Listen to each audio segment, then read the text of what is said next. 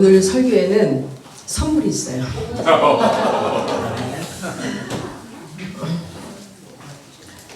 기도하고 시작하겠습니다. 사랑해 주님 감사합니다. 오늘 우리를 이 자리에 모으시고 주님의 말씀 가운데 임하게 하심을 감사드립니다. 오늘 성도의 삶으로 하나님의 말씀을 전합니다. 부족한 자 세우셨으니 성령님께서 온전히 인도하셔서 주님 홀로 영광 받아 주시옵소서. 예수님의 이름으로 기도드렸습니다. 네. 오늘은 하나님의 정말 인도하심이 있는 게 최석연 집사님의 기도가 제 설교예요. 거룩한 삶을 살게 해달라고 기도하셨고 열매 맺는 삶을 살게 하는데 전도의 열매 맺게 해달라고 기도하셨고 그 전체 내용이 저희의 설교입니다. 감사드립니다. 하나님은 항상 완전하신 분이세요. 제가 이 빌립보서 2장 13절은 그냥 흘러 지나가는 귀절이었지 저에게는 큰 의미가 없었어요. 그런데 제가 이 귀절을 택하게 된 거는 지구촌교회 원로 목사님 이동원 목사님의 그 삶이 지금 국민일보에 그 역경의 열매 연재되고 있어요. 그런데 그분이 처음 목회를 시작할 때 이 말씀 하나 붙들고 시작했대요. 그래서 도대체 저한테는 하나도 의미가 없는 말씀이었는데 그분은 어떻게 이 말씀 하나 붙들고 엄청난 역할을 하신 목사님으로 한국의 스펄전 목사다 이렇게 말씀하실 정도가 된 거예요. 그래서 저 안에 되게 큰 의미가 있겠구나 하고 이제 제가 한번 저도 저 말씀 갖고 한번 이제 풀어보자라고 제가 이제 공부를 시작을 했습니다. 빌립보서는 제가 암송하는 말씀 중에 많이 있어요. 그래서 특별히 좋은 성경 기절이다 이렇게 생각을 했는데 빌립보서가 이제 우리 옥중 서신으로 알고 있는데 기록한 장소가 정확하지는 않대요. 그래서 그냥 추정한다 이렇게 얘기하는데 그때 옥중에 계실 때가 AD 60년에서 62년 사이에 그때 기록한 옥중 서신으로 우리가 알고 있습니다. 그리고 빌립보서를 쓰면서 바울이 누구를 대상으로 했냐라고 하면은 1장 1절에서 빌립보에 있는 모든 성도라고 그랬어요. 그리고 감독, 그리고 집사들을 위해서 이것을 기록했다. 그러면 성도의 삶을 어떻게 살아야 되는구나가 이 빌립보서에 나와 있겠구나라는 이제 생각을 하게 됐습니다. 그리고 핵심어는 복음과 기쁨입니다. 그러니까 복음은 곧 기쁨이고 그리고 행복이다 라고까지 제가 오늘 말씀을 전하려고 합니다. 그러니까 바울은 복음에 합당한 삶, 곧 하나님과의 관계뿐만 아니라 다른 사람들의 관계에서도 그리스도의 모범을 따를 것을 강조하고 있습니다. 제가 이 말씀을 보면서 십자가를 생각을 했어요. 십자가 상하로 길게 있잖아요. 하나님과 나와의 관계. 그러니까 우리가 하나님을 사랑하고 내 이웃을 내 몸과 같이 사랑하라. 이것이 지상 명령인데 하나님을 사랑하는 건 우리가 새벽기도 하고 철야하고 나름대로 성경 속에 파고 들어가서 하나님과의 교제니까 그게 깊이 되는 것 같아요. 제 삶을 보니까 새벽기도 하고 우리 요즘 10시 방언기도 하거든요. 매일. 그러니까 하나님과의 관계 속에서 내가 깊이 있다라는 생각을 하는데 내 이웃을 내 몸과 같이 사랑하라가 양쪽 팔로 생각이 들었어요. 저는 엄청 짧은 팔을 갖고 있더라고요. 나는 굉장히 짧은 팔과 긴 길이를 갖고 있는 십자가를 지고 있구나라는 이번 설교를 통해서 제가 깨닫게 됐어요. 제 안에 얼마나 부족한 것이 많은가를 또 삶을 통해서 하나님이 알게 하셨습니다. 그래서 바울은 옥중에 갇혀있는 중에도 기뻐하는 그런 모범을 보임으로써 핍박받고 있는 그리스도인을 격려했습니다. 그래서 바울 서신을 쭉 보면은 되게 기뻐하세요. 빌립보서 교인들을 생각하면서 간구할 때 기쁨이 있다고요. 그리고 내가 이렇게 옥중에 갇혀있지만 그것이 너희들에게는 기쁨이 된다. 항상 기뻐 하라는 그 말씀으로 계속 이어지는 거예요. 그래서 바울의 삶은 예수님 한 분으로 인해서 기뻐할 수 있다는 거죠. 다른 여러 가지 여건이 아니라 그래서 바울은 예수님 한 분으로 인해서 항상 기뻐하고 쉬지 않고 기도하며 범사에 감사하는 삶을 살았구나 라는 것을 알게 됐습니다. 그래서 제가 이제 항상 설교할 때마다 하부르타식을 한다 그랬죠. 정의하고 질문하고 제가 제목을 성도의 삶으로 잡았어요. 그럼 성도가 무슨 뜻이냐는 거죠. 그래서 네이버에 치면 뭐라고 나오냐면 기독교 신자를 높이는 말, 그렇게 나오며, 그 다음에 그리스도를 믿고 하나님의 자녀가 되어 속된 세상에서 거룩한 하나님의 공동체의 일원으로 부르심을 받은 자, 거룩한 사람이라는 거죠. 그래서 원래 구약에서는 하나님의 선민 이스라엘을 가리켰는데 그 뜻은 구분된 자, 성별된 자, 거룩한 자라는 뜻의 카도시라고 불렀대요. 그런데 바울은 이 단어를 바꿨어요. 하기우스라는 헬라어로 바꿔 사용했는데 이것 역시 거룩하다는 뜻이라는 거죠. 왜냐하면 바울은 이방인도 전도해야 되기 때문에 이스라엘 민족만이 아니어서 이제 그 말을 바꾼 것 같아요. 그래서 결국 성도라는 것은 그리스도로 말미암아 구원을 받고 하나님의 백성이요 자녀된 모든 거룩한 자를 말한다는 거죠. 성도의 삶의 최종 목표는 거룩이라는 거죠. 빌립보서 2장 13절을 택한 이유를 제가 아까 말씀을 드렸고요. 오늘 그 13절을 띄워 있는데 네 부분으로 나누어서 제가 이제 한번 말씀을 묵상해 보겠습니다. 첫 번째는 너희 안에 행하시는 이는 하나님이시니, 우리 안에 하나님이 계시다는 거죠. 그럼 우리가 행하는 것이 하나님이 하시는 거죠. 그걸 이제 한번 다른 말씀 갖고도 한번 나눠보도록 하겠습니다. 그게 뭐냐는 거죠. 내 안에 하나님 정말 계신가? 그 하나님 행하시는 건가? 내가 하는 일이. 두 번째, 자기의 기쁘신 뜻을 위하여. 하나님을 기쁘시게 하는 자. 하나님이 기뻐하는 자. 이게 구별이 되더라고요. 그러니까 내가 어떻게 해서 하나님을 기쁘게 해드릴까? 라고 하는 것과 하나님이 기뻐하시는 것과 좀 다르다는 생각이 들었습니다. 그 부분을 한번 나눠보고 싶고요. 또 세 번째가 너희에게 소원을 두고, 하나님이 저한테 준 소원이 뭐냐는 거죠. 그걸 한번 나눠보고 싶습니다. 그리고 네 번째가 행하게 하시니, 행함이 없는 믿음은 죽은 믿음이라고 그랬잖아요. 그러니까 나에게 하나님이 소원하시는 게 무엇이고 나는 그것을 행하고 있나? 라는 것에 대해서 좀 나눠보고 싶어요. 이것이 이제 성도의 삶으로 보여졌습니다. 저에게. 첫 번째로 너희 안에 행하시는 이는 하나님이시니, 저희가 전도할 때 그 사람 그림을 그려놓고 마음 안에다 의자를 넣어놓잖아요. 거기에 나라고 써놔요. 그러니까 하나님을 모를 때는 내가 중심이 돼서 내가 다 하는 거다. 그런데 예수를 전하고 영접하면 나를 내려놓고 거기다 예수님을 십자가를 올려놓거든요. 그 의자에다가. 그러니까 여러분이 영접했으면 이제 여러분의 마음 안에 예수님이 들어가 계십니다. 그래서 그 예수님에 따라서 우리가 사는 겁니다. 영접을 그렇게 하잖아요. 우리가 전도할 때. 그래서 하나님을 영접하고, 그렇다는 말은 하나님과 동행한다는 의미죠. 내 하나님이 계시니까 늘 하나님이 함께 하는 거잖아요. 우리가 느껴지지 않아서. 그래서 제가 동행에 어떻게 하면 될까 하는 것이, 제가 항상 뭘 하려면 묻는다고 그랬죠. 하나님 이거 할까요? 이거 먹을까요? 이렇게 하면 동행하는 느낌이 드는 거예요, 제가. 그래서 하나님과 동행하는 삶을 제가 에녹의 믿음으로 설교를 했어요. 에녹은 창세기 5장에서 하나님과 동행함으로 죽음을 맞이하지 않고 하늘로 올라가셨어요. 그리고 히브리서에서는 에녹이 하나님을 기쁘시게 하는 자라고 했어요. 그럼 하나님을 기쁘시게 하는 것은 무엇이냐? 라고 하면은 지금도 하나님이 살아계시고, 그리고 하나님을 찾고 구하는 자에게 상 주심을 믿는 믿음이라고 했어요. 그게 하나님이 기뻐하는 거예요. 구하지 않는 믿음은 믿음이 아니라고 했어요. 내가 하나님을 알고 있지만 내가 알아서 다 해. 걱정하지 마세요. 내가 잘하고 있어요. 이건 믿음이 아니라는 거죠. 반드시 구해야만 그것이 믿음이다. 그렇기 때문에 우리가 간절히 기도하고 하는 것을 하나님이 기뻐하신다는 거예요. 구약에서 알잖아요. 이스라엘을 막 못 살게 하나님이 하니까 막 하나님 찾고 막 살려주세요 할 때 그때 하나님이 역사하세요. 그 편안하게 해주면 하나님 안 찾아요. 내 마음대로 살아요. 그럼 또 망하죠. 그게 구약에서 나타난 하나님은 어떤 분이냐 하는 것을 우리에게 알려주시는 거예요.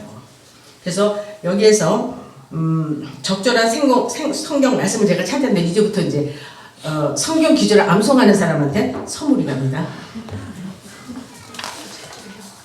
이 말씀으로 제가 갈라디아서 2장 20절을 찾았어요.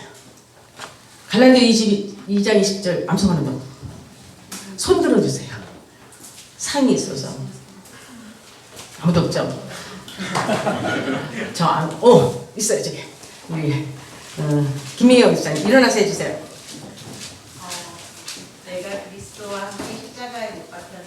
건즉 내가 산 것이 아니요 오직 그리스도께서 내 안에 사신 것이다. 그러므로 내가 육체 가운데 사는 것은 나를 사랑하사 자신을 위하여 십자가에 나를 사랑하사 나를 위하여 나를 위하여 자기 자신을 버리신 하나님의 하나님 아버지를 믿는 믿음 안에서 사는 것이. 네, 감사합니다. 이거는 김민경 목사님 것입니다. 그 다음에 요한복음 5장 17절을 외울 수 있는 사람. 요한복음 5장 17절. 찾으면 안 되죠. 암송해야죠.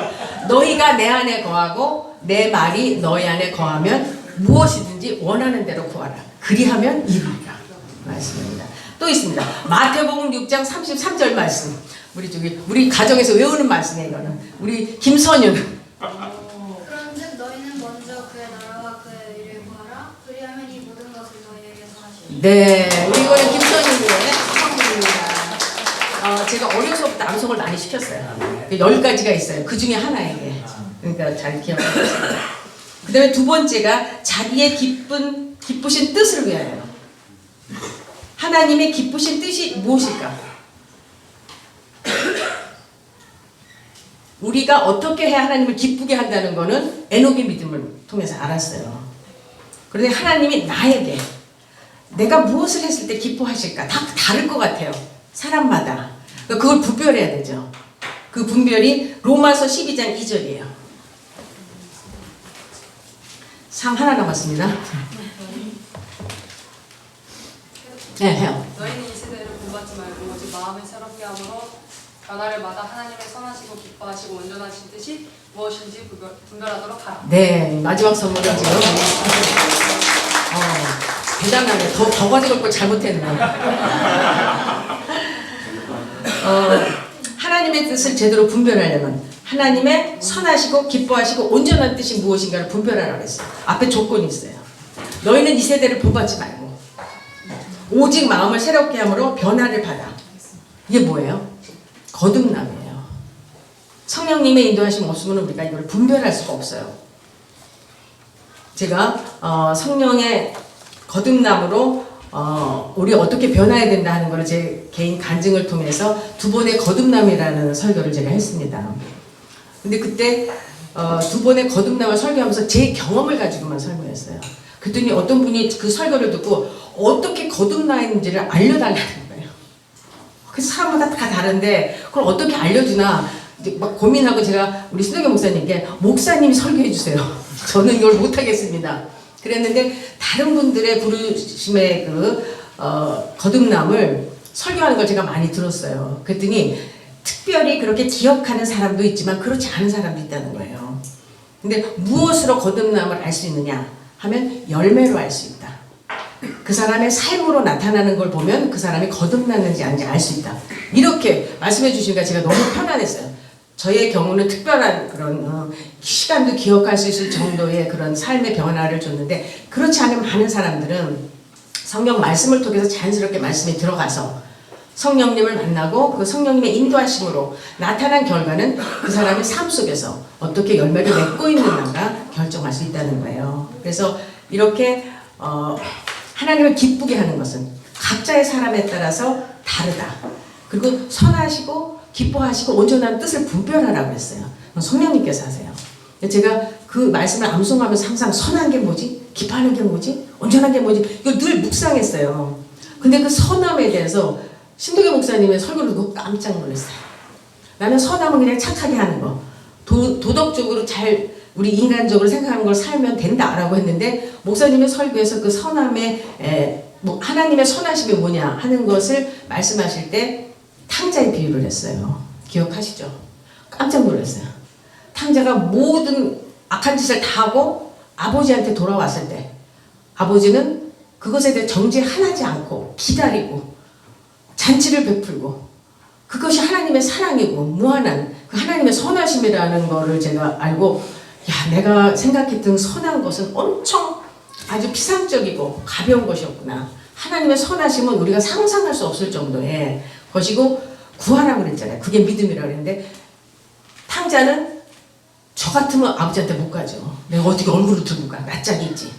안 갔을 텐데 탕자는 그러지 않고 아버지는 무조건 나를 용서해 주실 거야 라고 생각하고 갔다는 거죠. 그게 믿음이라는 거죠. 우리가 죄 졌기 때문에 어떻게 용서도 못, 그것이 아니라 우리가 어떤 죄를 졌어도 하나님은 용서하시고 정말 선하신 마음으로 기뻐하시고 그걸 기뻐하신다는 거잖아요. 그걸 기뻐하고 온전하게 하셔 주신다는 그 말씀으로 제가 하고 우리가 거듭나고 했지만 계속 가지 않잖아요. 세상을 살면서 자꾸 무너진다고요. 우리 마음이. 그때마다 다 잡아야 된다는 거죠. 그래서 바울은 내가 매일 죽노라 그랬어요. 바울 같은 사람이 자기가 죄인 중에 괴수라고 표현하잖아요. 너무 깜짝 놀랐죠. 그렇게 살면서도 어떻게 그런 말을 할 수 있나 하는 건데 인간의 죄성 때문에 그럴 수밖에 없다는 거죠. 그렇기 때문에 매일매일 내 삶의 육체적인 욕심을 죽여야 된다는 그래서 이 바울의 내가 매일 죽노라 하는 그 말씀을 깨닫게 됐습니다. 그 다음에 세 번째가 너희에게 소원을 두고 오라고 했어요. 너희에게 소원을 두고 하나님의 소원이 뭘까?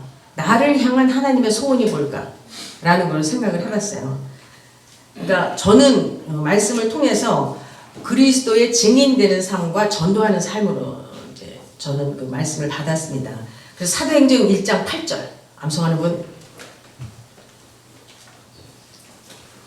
있으면 곤란하죠. 제가 선물이 없기 때문에. 오직 성령이 너희에게 임하시면 너희가 권능을 받고 예루살렘과 온 유대와 사마리아와 땅 끝까지 이르러 내 증인이 되리라. 성령이 인도하심 없이면 안 됩니다. 권능을 또 받아야만 됩니다. 그래서 그 증인되는 삶을 살라고 그랬고 예수님의 지상명령 마태복음 28장 19절에서 20절 말씀. 김민경 집사님 아는 것 같아요. 안 시킬 거예요.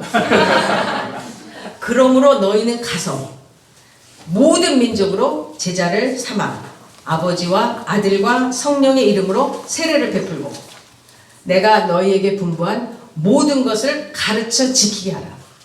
볼지어다 내가 세상 끝날까지 너희와 항상 함께 하시리라. 전도예요. 그래서 그 이동원 목사님의 교회가 그냥 많은 사람들이 몰려왔구나. 전도를 목표로 삼으신 거죠. 그래서 우리도 오늘 전도해 온 우리 학생 있잖아요. 응? 하나님의 명령을 지금 순종하고 있는 거죠. 감사하죠. 그 다음에 네 번째가 행하게 하심이에요. 우리가 이 많은 것들을 머릿속으로 알고 한다고 그리스도인이라고 말할 수가 없잖아요. 행해야 되죠. 그래서 야고보서 2장 17절 이와 같이 행함이 없는 믿음은 그 자체가 죽은 것이라고 했습니다. 행동은 믿음을 증명합니다. 행동하지 않으면 믿음이 있다고 할 수 없습니다. 믿음이 있다면 그에 맞는 행동을 해야 합니다. 따라서 행동이 없는 믿음은 죽은 믿음인 것입니다. 많은 기독교인들이 행함이 없는 믿음을 가지고 있기 때문에 개독교라는 말을 우리가 듣고 있습니다. 행함이란 사명을 깨닫고 순종하는 일입니다. 그래서 제가 아브라함의 순종으로 설교를 했습니다. 행함이 있는 믿음은 열매로 나타납니다. 거듭남도 성령 세례로 열매로 알 수 있습니다. 외적인 급격한 변화가 없더라도 그 사람의 삶에 열매가 있으면 거듭난 증거가 됩니다. 성경에서 말하는 성령의 열매 9가지 아는 분 계세요? 다 할 수 있어요? 9가지가 사랑과 희락과 화평과 오래 참음과 자비와 양선과 충성과 온유와 절제라고 했습니다. 이 같은 것을 금할 법이 없다고 갈라디아서 5장 22절에서 23절에서 말씀하십니다. 저는 최근에 저한테 일어난 여러 가지 일을 통해서 제가 사랑과 오래 참음이 엄청 부족하다는 걸 알게 됐습니다. 그러니까 저 혼자 있으면 하나님과의 깊은 관계 속에서 아무 문제가 없어요. 근데 옆에 누가 있으면 이제 그때부터 시작하잖아요. 관계 속에서.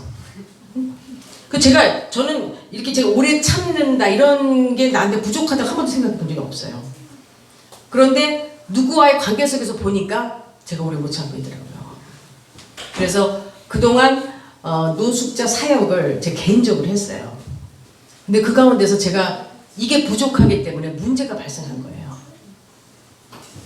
그러니까 누구와의 관계 속에서 문제가 발생하면 나한테 문제가 있는 거예요. 내가 이 사람과 아무런 문제가 없는데 내가 이 사람과는 이상해. 그리고 이 사람이 이상하다고 그죠 우리는. 그러니까 아니에요. 저한테 문제가 있는 거예요. 그러니까 단지 이 사람으로 인해서 저 안에 있는 문제가 드러날 뿐이라는 거죠. 근데 그게 이번에 제가 노숙자 사역을 하면서 제가 그동안 많이 돌보았던 사람을 통해서 제가 알게 된 거예요. 제가 돌보면서 그 사람의 입장에서 생각하지 않고 제 입장에서 많은 걸 생각한 거예요. 내가 이렇게 도와주고 있는데. 그런데 제가 원하는 만큼 그 사람이 변화하지 않으니까 제가 분노하고 있더라고요. 그리고 분노한 거를 참으면 되는데 그걸 바로 또 답을 썼어요. 근데 그 답에 글에 분노가 갔던 거예요. 저는 그 글에 분노가 있는지 몰랐어요. 그런데 그 글을 받은 당사자는 그 분노를 느끼는 거예요. 그러니까 제가 기도하는 거 하나도 은혜가 되지 않습니다. 기도하지 말아주세요. 깜짝 놀랐어요. 기도하겠습니다라고 답했더니 기도하지 마세요. 거기는 진정성이 없습니다. 저를 위해서 기도하지 말아주세요. 이렇게 답을 받았어요. 그래서 제가 이거는 내가 할 수 있는 영역이 아니구나. 그러니까 나의 부족함이 더 채워졌을 때 내가 할 수 있는 일이지. 그래서 제가 신동 목사님께 말씀드렸어요. 제가 도저히 할 수가 없습니다. 왜냐하면 제가 그 사람의 상처를 주고 있는 거예요. 그 사람의 상처를 건드린 거고 그것이 그 사람의 폭발하게 만든 거예요. 저는 전혀 그런 의도로 하지 않았는데 결과는 그렇게 나타난 거예요. 그래서 목사님께 말씀드렸더니 교회로 넘기라고 했어요. 그 사람이 요청하는 것을 제가 다 해줄 수도 없고 끊임없는 요청이 커지기 때문에 그래서 목사님이 상대해서 지금 돕고 있어요. 그러니까 엄청 어려운 일이구나. 남을 돕는다는 일은. 근데 단지 제가 감사한 거는 그걸 통해서 제가 어떤 부족함이 있는지를 알게 된 거죠. 돕는다는 것이 오히려 그 사람의 상처를 준다는 거죠. 그건 차라리 안 도운 게 나은 거죠.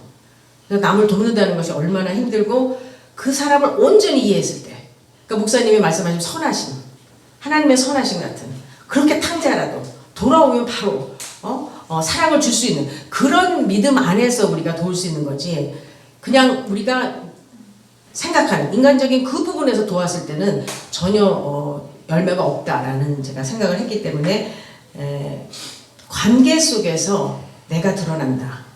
내가 어떤 사람인가는 혼자는 알 수 없어. 너무 괜찮죠, 혼자. 그리고 이런저런 사람 만났을 때 너무 관계가 좋아요. 근데 이해관계가 닥치면 완전 돌아서잖아요.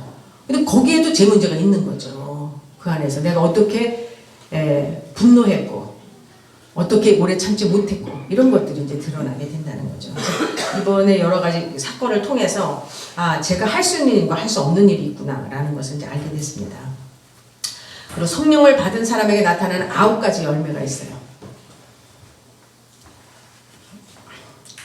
그 9가지 열매와 반대되는 대립되는 그 육신의 일이 또 갈라디아서 5장 19절에서 21절에 나오는데 음행, 더러운 것, 호색, 우상 숭배, 주술, 원수 맺는 것과 분쟁, 시기, 분냄, 당 짓는 것, 분열함, 이단, 투기, 술취함, 방탕함 그와 같은 것들 세상 속에 살면서 우리가 이제 접하는 것들이죠.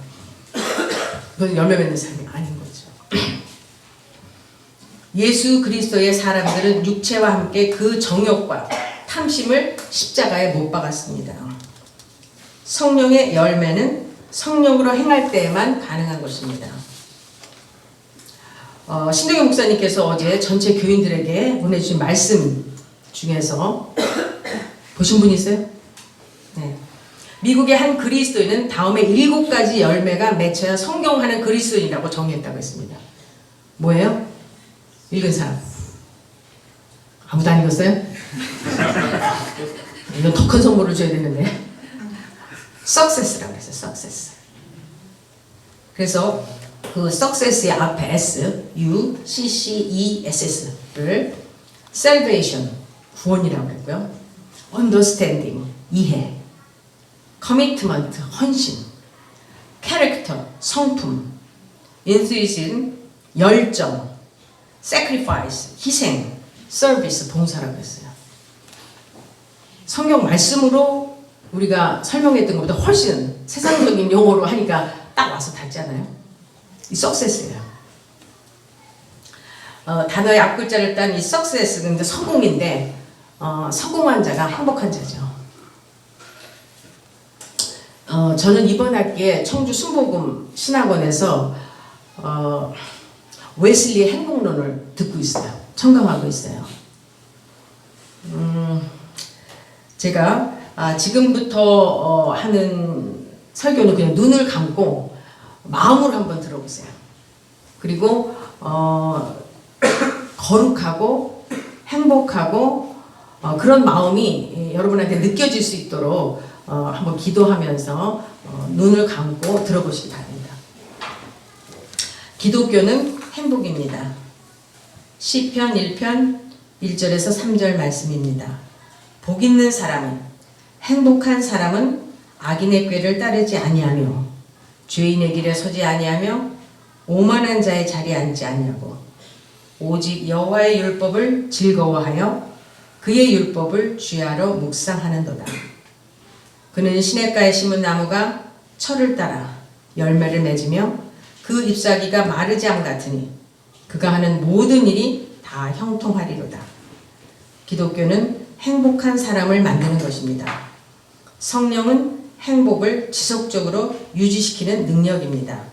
시편 23편 1절에서 6절 말씀입니다. 여호와는 나의 목자시니 내게 부족함이 없으리로다. 그가 나를 푸른 풀밭에 누이시며 쉴 만한 물가로 인도하시는도다. 내 영혼을 소생시키고 자기 이름을 위하여 의의 길로 인도하시는도다. 내가 사망의 음침한 골짜기를 다닐지라도 해를 두려워하지 않는 것은 주께서 나와 함께 하심이라. 주의 지팡이와 막대기가 나를 안위하시나이다. 주께서 내 원수의 목전에서 내게 상을 주시고 기름을 내 머리에 부으셨으니 내 잔이 넘치나이다. 내 평생의 선하심과 인자하심이 반드시 나를 따르리니 내가 여호와의 집에 영원히 살리로다. 마태복음 5장 3절에서 12절 말씀입니다. 심령이 가난한 자는 복이 있나니 심령이 가난한 자는 행복하나니 천국이 그들의 것이며 애통하는 자는 행복하나니 그들이 위로를 받을 것이며 온유한 자는 행복하나니 그들이 땅을 기업으로 받을 것이며 의에 줄이고 목마른 자는 행복하나니 그들이 배부를 것이며 긍휼히 여기는 자는 행복하나니 그들이 긍휼을 받을 것이며 마음이 청결한 자는 행복하나니 그들이 하나님을 볼 것이며 화평하게 하는 자는 행복하나니 그들이 하나님의 아들이라 일컬음을 받을 것이며 의를 위하여 박해를 받은 자는 행복하나니 천국이 그들의 것임이라. 나로 말미암아 너희를 욕하고 박해하고 거짓으로 너희를 거슬러 모든 악한 말을 할 때에는 너희에게 행복이 있나니 기뻐하고 즐거워하라. 하늘에서 너희의 상이 큼이라. 너희 전에 있었던 선지자들도 이같이 박해하였느니라. 결론적으로 웨슬리는 거룩이 행복하다고 말합니다. Holiness is happiness. 거룩은 죄악과 부정으로부터 철저히 자신을 분리시키고 오직 하나님의 소유로서 자신을 구별하여 드리는 변화의 상태입니다. 예수님께서 십자가에 돌아가심으로 우리 죄를 사해 주셨습니다. 거룩은 죄를 몰아내고 하나님의 뜻에 순종하게 합니다. 성도의 뜻은 거룩한 자라고 했습니다. 거룩이 행복이므로 성도는 행복해야 합니다. 행복은 끊임없이 배우고 노력해야 합니다. 저희 가정의 가오는 항상 기뻐하라, 쉬지 말고 기도하라, 범사에 감사하라입니다. 참 좋은 교회 공동체가 주님의 지상 명령인 전도하는 행복한 공동체가 되기를 기도드립니다. 잠시 묵상으로 기도하겠습니다. 음악을 틀어주시면 저희가 기독교는 기쁨이고 행복이고 성도로서 거룩한 삶을 살아갈 것을 결단하는 시간을 갖도록 하겠습니다.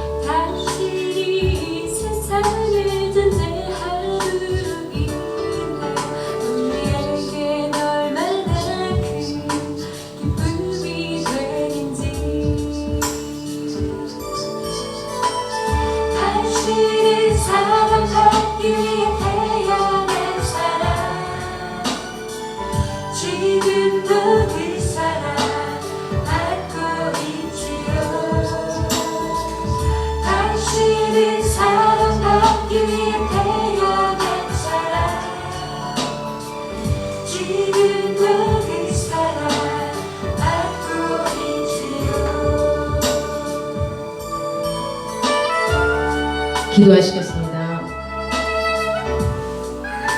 사랑의 하나님, 오늘 이 시간 기독교는 행복의 종교이고 성도는 거룩한 자로 행복한 사람임을 깨닫게 하여 주심에 감사드립니다. 이제 예수님과 동행하면서 행복한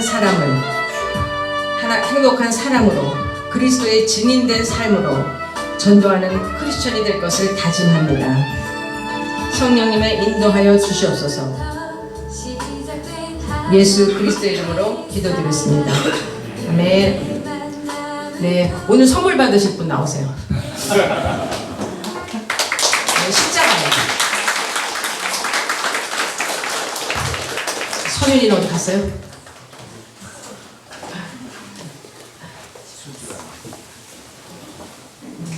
대신 나와서 받아주세요.